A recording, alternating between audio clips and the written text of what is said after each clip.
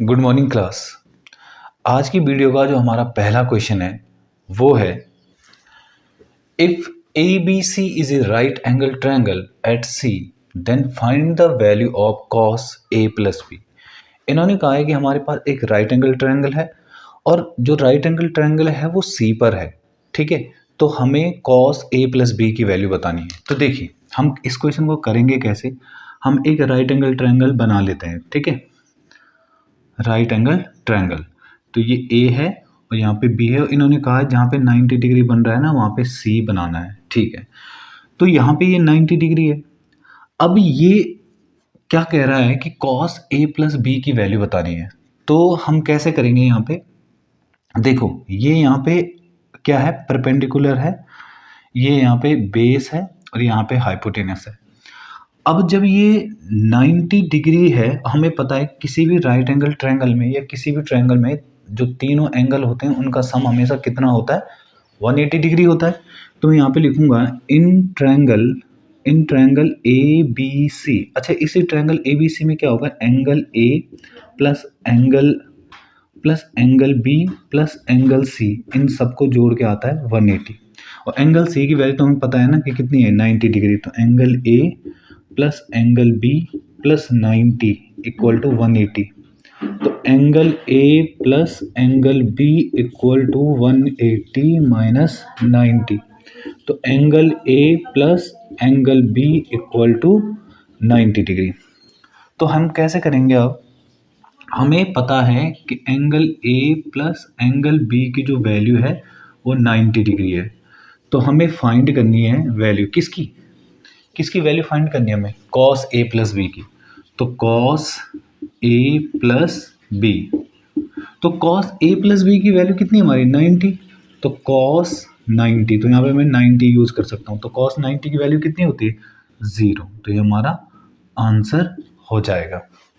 Okay, चलिए देखिए next question. Find the distance between the points A plus B comma B plus C and A minus B comma C minus B. हमें क्या करना है, इनकी ये दो पॉइंट है, ये कोऑर्डिनेट गिवन है, उनके बीच की हमें डिस्टेंस निकालनी है। ठीक है, तो हम क्या करेंगे इसमें, देखिए हम सबसे पहले डिस्टेंस फार्मूला लगाएंगे। हम मान लेते हैं कि जो ए पॉइंट है, ये ए पॉइंट, इसके कोऑर्डिनेट है A plus B comma B plus C, और जो बी पॉइंट है उसकी कोऑर्डिनेट है माना A minus B comma C minus B. तो हम क्या करेंगे, by distance formula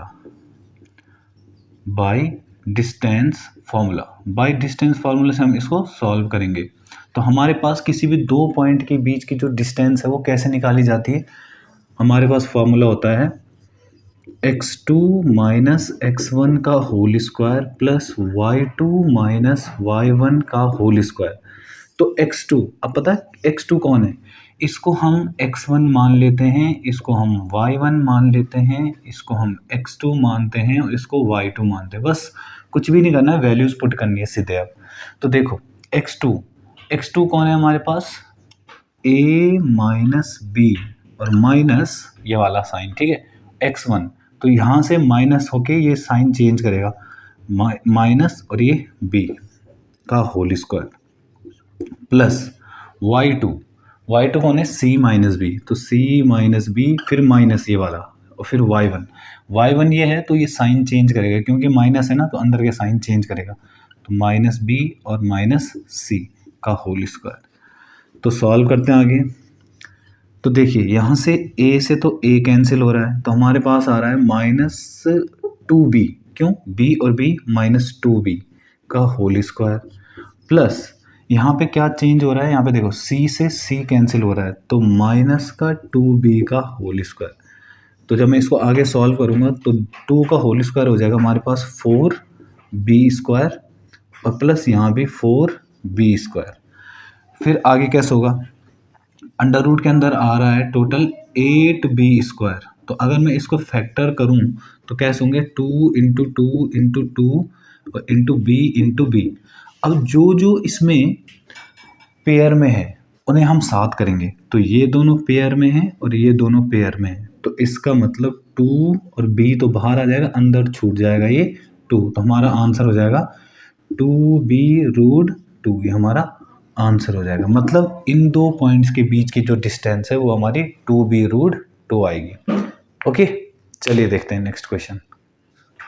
If -4 is a zero of the polynomial x square minus x minus 2k plus 2, then find the value of k। ये कह रहा है कि एक इक्वेशन गिवन है और उसका एक ज़ीरो या उसका एक सॉल्यूशन या उसका एक रूट हमें पहले से पता है कि -4 है, तो हमें k की वैल्यू निकालनी है। अब देखिए एक चीज़ आपको पता होगी कि अगर एक रूट गिवन है, अगर एक रूट गिवन है मतलब -4 अगर इसका एक रूट है तो वो इसको सेटिस्फाई करेगा। सेटिस्फाई करने का मतलब होता है कि जहाँ जहाँ x है वहाँ पे अगर मैं -4 रखूँ तो मेरा आंसर 0 आना चाहिए। तो पर इस क्वेश्चन में उसने ये पूछा नहीं है कि -4 इसका एक रूट है या नहीं है, ये बताओ। उसने पहले से ही कहा है कि ये -4 जो है इसका एक रूट है। तो अगर -4 इसका एक रूट है तो इसका मतलब ये इसको सेटिस्फाई करेगा। जब मैं x की जगह -4 रखूँगा तो आंसर 0 आएगा पक्का। क्यों? क्योंकि -4 उसका एक रूट है। तो हम यहाँ पे लिखेंगे -4 is root of the equation. Root of the equation, जो हमारे पास इक्वेशन है उस -4 उसका एक रूट है। और कौन सी इक्वेशन है? x² - x minus 2k plus 2 इसका एक रूट है। तो इसका मतलब इसको सेटिस्फाई करेगा। तो जहाँ जहाँ पे x है वहाँ पे -4 रखो।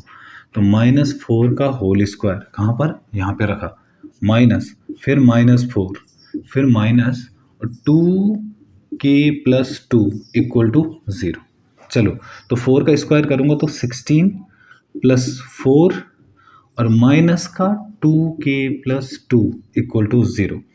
तो 16 और 4 20 माइनस 2k, ये माइनस अंदर जा रहा है तो -2 इक्वल टू 0।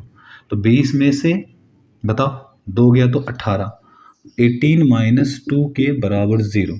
तो जो चीज़ यहाँ माइनस में आ जाएगी प्लस, तो 18 इक्वल टू कितना आ रहा है? 2k। तो k की वैल्यू जो चीज़ यहाँ इंटू आ जाएगी डिवाइड, तो 18/2, तो k इक्वल टू 9। ये हमारा आंसर हो जाएगा। ओके, चलिए देखते हैं next question. If alpha and beta are the zeros of the polynomial 3x² minus 4x plus 1, find the quadratic polynomial whose zeros are ये। देखो इन्होंने क्या कहा है कि एक पॉलिनोमियल गिवन है मुझे ये वाला, और ये कह रहा है इसके जो दो रूट है ना वो अल्फा और बीटा है। चलो ठीक है, अल्फा और बीटा उसके दो रूट है। मतलब अगर मैं इस इक्वेशन को सॉल्व करूं तो हमारे दो आंसर आएंगे। तो पहले वाले को अल्फा मान लो, दूसरे वाले को बीटा मान लो, ये कह रहा है। तो हमें एक इक्वेशन निकालनी, क्वाड्रेटिक इक्वेशन निकालनी है जिसके रूट ये हो। क्लियर है? तो हमें सबसे पहले ना अल्फा और बीटा की वैल्यू पता होनी चाहिए कि अल्फा और बीटा की वैल्यू है क्या। क्योंकि अगर मैं यहाँ पे अल्फा और बीटा की वैल्यू ना रखूँ तो हमें रूट्स कहाँ से मिलेंगे? किसके रूट्स? जो नई इक्वेशन बनानी है उसके। तो मैं क्या करूँगा, हमारे पास जो गिवन इक्वेशन है वो है 3x² minus 4x plus 1। Okay, तो इसको अगर मैं सॉल्व करूँ, सॉल्व कैसे करेंगे? 3 का इंटू 1 के साथ करूँगा, 3 1 जा 3। तो 3 के ऐसे फैक्टर करने के बीच में 4 आए तो 3 और 1। तो हम क्या करेंगे, 3x² माइनस जहाँ पे 4 है ना वहाँ पे लिखूंगा मैं 3 प्लस 1, और बाहर से ये x था तो रहने दो उसे, प्लस 1। तो हमारे पास आ रहा है 3x² माइनस 3x और माइनस का x, मतलब ये माइनस अंदर गया और साथ में x भी इंटू अंदर हुआ, प्लस 1। इन दोनों में और इन दोनों में हमें 3 कॉमन दिख रहा है और साथ में x भी। तो अंदर बचेगा हमारे पास कितना? x minus 1। सही है, यहाँ से -1 कॉमन ले लो तो अंदर आएगा x माइनस 1। अब देखो दोनों में फिर कॉमन है तो हमारे पास आएगा x माइनस 1 और दूसरा आएगा 3x माइनस 1। एक बार इसे 0 रखूँगा तो x माइनस 1 इक्वल टू 0, तो x इक्वल टू 1। और यहाँ पे 3x माइनस 1 इक्वल टू 0, तो x इक्वल टू 1/3। इसका मतलब ये हमारा अल्फा है और ये हमारा बीटा है। ठीक है, हमें अल्फा और बीटा की वैल्यू तो मालूम है ना। अब हम क्या करेंगे, हम निकालेंगे इसकी वैल्यू। किसकी? इनकी। तो देखो अल्फा स्क्वायर अपॉन में बीटा, तो रखो यहाँ पे वैल्यू। अल्फा की जगह 1, तो 1 का स्क्वायर अपॉन में बीटा की जगह कौन है? 1/3। तो इसको अगर मैं सॉल्व करूँ आगे तो हमारे पास क्या होगा 1/1/3, तो ये 3 सीधे इंटू हो जाएगा ऊपर, तो हमारा आएगा 3। अब निकालेंगे बीटा स्क्वायर अपॉन में अल्फ़ा की वैल्यू, मतलब इन दोनों की वैल्यू पता होनी चाहिए मुझे। तो बीटा स्क्वायर मतलब 1/3 का होल स्क्वायर और अपॉन में 1, तो ये आ रहा है हमारे पास आगे सॉल्व करके 1/9, क्योंकि 1 का यहाँ इंटू होगा तो 1/9 ही होगा। अब हमें निकालना है इक्वेशन, तो क्वाड्रेटिक इक्वेशन। तो क्वाड्रेटिक इक्वेशन हम कैसे निकालेंगे, हमारे पास एक फॉर्मूला होता है x² minus sum of zeros और प्लस प्रोडक्ट ऑफ ज़ीरोज़। तो बताओ कैसे करेंगे, x² माइनस हम क्या करेंगे सम ऑफ ज़ीरोज़ का मतलब 3 + 1/9 और बाहर से x है ना, यहाँ पे x भी होता है, और प्लस 1 मतलब इंटू 3 × 1/9 मतलब प्रोडक्ट ऑफ ज़ीरोज़। तो हमारे पास आएगा x² माइनस 9 3 जा 27 और 1 28/9x और प्लस 3/9। तो इससे आगे हम क्या करेंगे, एलसीएम ले लेंगे 9, तो हमारा आएगा x² माइनस 9x² हो जाएगा, क्यों 9 को 9 बनाने के लिए, तो 28x और प्लस का 3 = 0। ये 9 का इंटू यहाँ कर दो, तो हमारे पास जो इक्वेशन आ जाएगी वो आ जाएगी 9x² माइनस 28x प्लस 3 = 0। ये हमारा आंसर हो जाएगा। ओके, चलिए देखेंगे next question. If the sum of two natural numbers is 8 and their product is 15, find the numbers. ये कह रहा है कि दो नंबर हैं, उन दोनों को अगर जोड़ा जाए तो हमारा कितना आता है 8, और अगर उनका इंटू किया जाए तो वो कितना आता है 15। तो बताओ कि वो नंबर हैं क्या।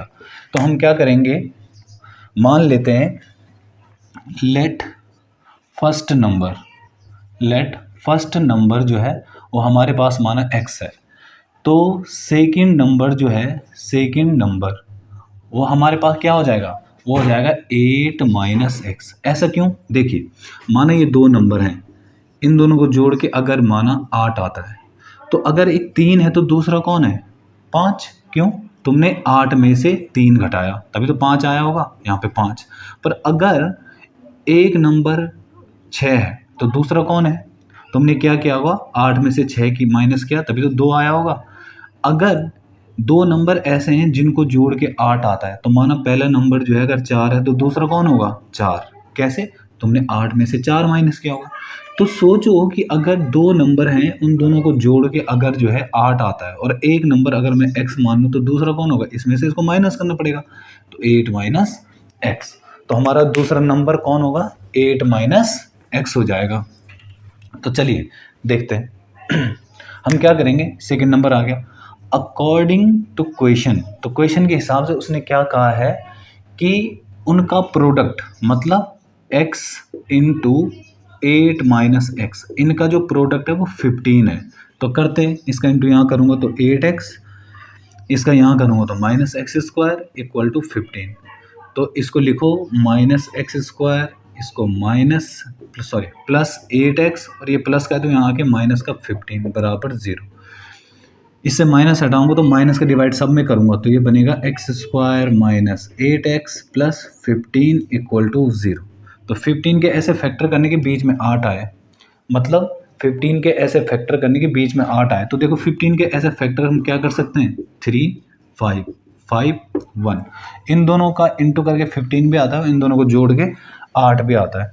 तो हमारे पास आएगा x² माइनस 8 की जगह लिखूँगा मैं 5 + 3 और बाहर से x प्लस 15, तो यह आ रहा है x² minus 5x minus 3x plus 15, इन दोनों में। तो देखो अगर मैं शुरू में अगर मैं कॉमन लूँ तो क्या बनेगा, हमारे पास x कॉमन है तो अंदर बचेगा x - 5, और यहाँ से -3 कॉमन ले लूँगा तो x - 5। तो हमारे पास आ रहा है x - 5 और दूसरा फैक्टर आ रहा है x - 3, तो x -5 बराबर 0 रखेंगे और एक बार इसे 0 रखेंगे तो x बराबर 5 और एक x बराबर 3। तो हमारा x की जो वैल्यूज़ हैं वो आ रही है 5 और 3। तो हमारे नंबर कौन होंगे? फर्स्ट नंबर अगर मैं 5 मानूँ तो हमारा सेकंड नंबर क्या होगा? 3। ये केस फर्स्ट है। और अगर मैं फर्स्ट नंबर अगर मैं 3 मानूँ तो हमारा सेकंड नंबर क्या होगा? 5। ये दो आंसर, दो पॉसिबिलिटीज बन सकती हैं इसमें। ओके, चलिए देखते हैं next question. If the roots of the quadratic equation a minus B X square plus B minus C X plus C minus A equal to 0 are equal then prove that two A equal to B plus C. इन्होंने कहा एक quadratic equation है और इसके जो roots हैं वो क्या हैं? इक्वल रूट्स हैं और रियल रूट्स हैं। तो इक्वल और रियल रूट्स होते हैं, इसका मतलब क्या होता है? डिस्क्रिमिनेंट क्या होगा हमारा? 0। तो हम यही करेंगे, हम इक्वेशन लिखेंगे यहाँ पे। क्या इक्वेशन हमारे पास? a minus B X square plus B minus C X और plus C minus A equal to 0। अगर इसका कंपेयर करें हम A X square plus B X plus C equal to 0 तो हमारे पास जो a की वैल्यू है वो कितनी आ रही है? a minus B. b की वैल्यू कितनी आ रही है? b minus C. और c की वैल्यू कितनी आ रही है? c minus a। तो if equation has real and equal roots, अगर इक्वेशन के रियल और इक्वल रूट्स हैं तो इसका मतलब d की जो वैल्यू 0 के बराबर होगी। और d को कैसे निकाला जाता है? बी स्क्वायर माइनस मतलब B square minus 4ac equal to 0। B की वैल्यू कितनी है? b minus C. तो b माइनस सी का होल स्क्वायर माइनस 4, a की जगह a माइनस बी और फिर c की जगह है c minus A equal to 0। तो अगर मैं इसको सॉल्व करूं, इसको a माइनस बी के होल स्क्वायर से खोलेंगे तो a square plus B square minus 2ab और माइनस 4, ठीक है। और ये अंदर सॉल्व करेंगे इसको तो कैसे होगा हमारा? ac, इसका यहाँ करूँगा तो माइनस bc, फिर इसका यहाँ करूँगा तो माइनस a स्क्वायर, इसका इधर करूँगा तो माइनस का प्लस ab इक्वल टू 0। अब हम आगे यहाँ पर सॉल्व करते हैं इसको, ठीक है। तो हमारे पास आ रहा है B square plus C square minus 2bc, ठीक है। यहाँ से उतारा मैंने इसको। अच्छा, माइनस जब ये अंदर जाएगा तो कैसे करेगा? माइनस 4ac, सही है। फिर माइनस का प्लस 4bc और फिर ये इसके साथ आएगा तो प्लस का 4a स्क्वायर और फिर ये इसके साथ आएगा तो माइनस का 4ab इक्वल टू 0। तो हमारे पास क्या आ रहा है यहाँ से? देखो, इसको मैं लिख सकता हूँ यहाँ पे B square plus C square और प्लस का 4a स्क्वायर। कौन सा? ये वाला और ये वाला लिख दिया। अब हमारे पास जो आ रहा है वो क्या आ रहा है यहाँ से? यहाँ पे देखो माइनस 2bc और यहाँ पे 4bc, तो यहाँ पे प्लस 2bc हो जाएगा। क्यों? 4bc में से माइनस 2bc गया तो 2bc, ठीक है। अच्छा, माइनस का 4ac, ठीक है, माइनस का 4ac और माइनस का 4ab। चलो, तो एक काम करते हैं, हम क्या कर सकते हैं, इसको ना ऐसा लिख सकते हैं। कैसे?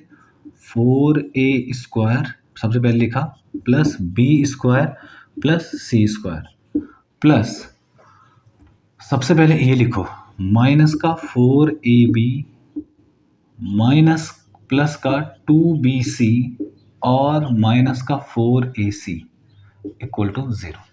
अब देखो, ये जो फॉर्मूला है ना, ये हमारे पास पता किसका है?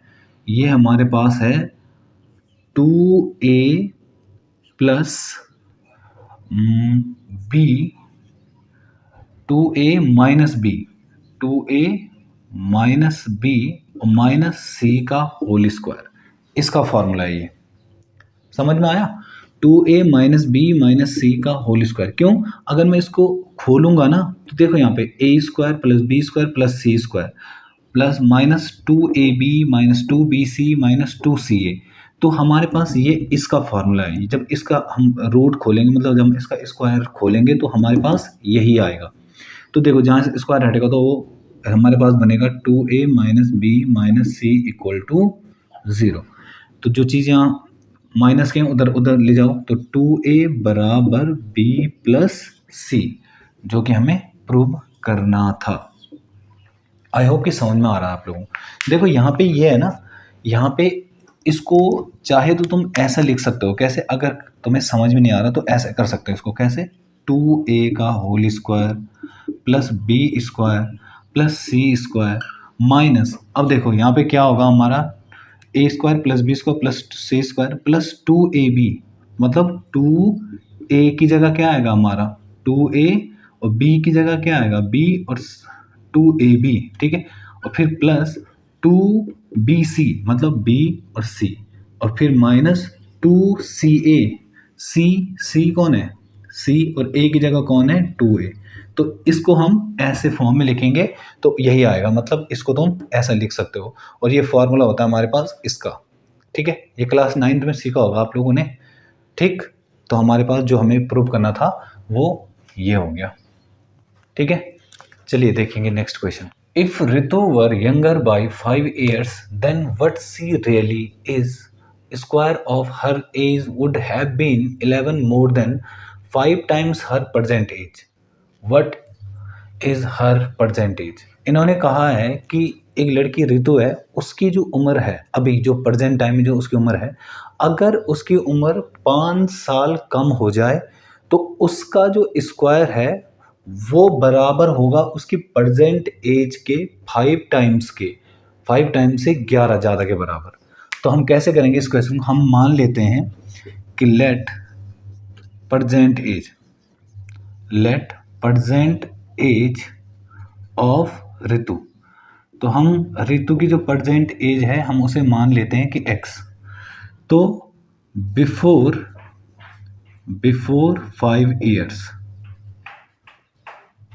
5 ईयर रितुज एज, ठीक है, रितुज एज, तो 5 साल पहले उसकी उम्र जो है वो x माइनस 5 हो जाएगी। मतलब यंगर बोला है ना, यंगर मतलब कम, तो 5 साल पहले ऋतु की उम्र ये हो जाएगी।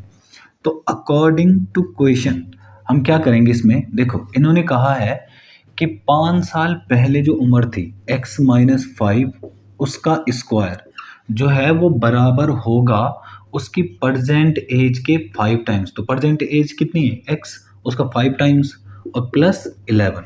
तो इसको a माइनस बी के होल स्क्वायर से हम खोल सकते हैं। तो हमारे पास आएगा a square plus B square minus 2ab मतलब 10x और इक्वल टू में 5x प्लस 11। तो हमारे पास आ रहा है एक्स स्क्वायर प्लस 25 और माइनस का 10x, और इनको ना इधर ही ले आओ तो माइनस का 11 इक्वल टू 0। तो एक्स स्क्वायर माइनस 15x, कौन सा 15, 10 और 5 15, और 25 में से 11 गया तो कितना बचेगा, 5 में से 1 गया तो 4 और 2 में से 1 गया तो 14। तो ये हमारा 14 इक्वल टू 0। उसके बाद हम क्या करेंगे, 14 के ऐसे फैक्टर करेंगे कि बीच में जो है 15 आए। तो बताओ कैसे कर सकते हैं हम, 14 के ऐसे फैक्टर करेंगे, 14 के ऐसे फैक्टर 2 7 और 7 1, तो 14 के ऐसे फैक्टर कैसे कर सकते हैं हम, तो 14 प्लस 1 ही कर सकते हैं हम, 14 प्लस 1। तो हमारे पास आएगा एक्स स्क्वायर माइनस 15 की जगह मैं क्या लिख सकता हूँ 14 प्लस 1, और x यहाँ पे ना साइन पॉजिटिव आएगा, पॉजिटिव, क्योंकि 25 में से 11 जाएगा तो बड़े नंबर का साइन आएगा ना 14।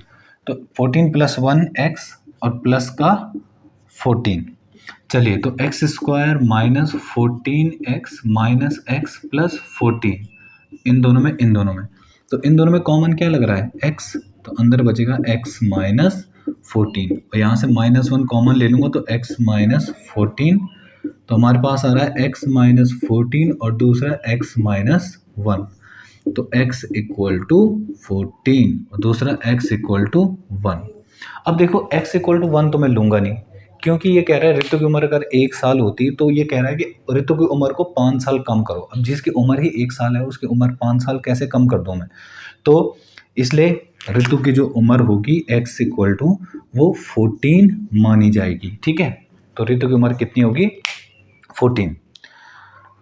तो स्टूडेंट आज की वीडियो में हम केवल इतने ही क्वेश्चन कर रहे हैं, जो आने वाली वीडियो होगी उसमें भी हम कुछ क्वेश्चंस करेंगे। ठीक है, तो चलिए मिलते हैं नेक्स्ट वीडियो में। Thank you.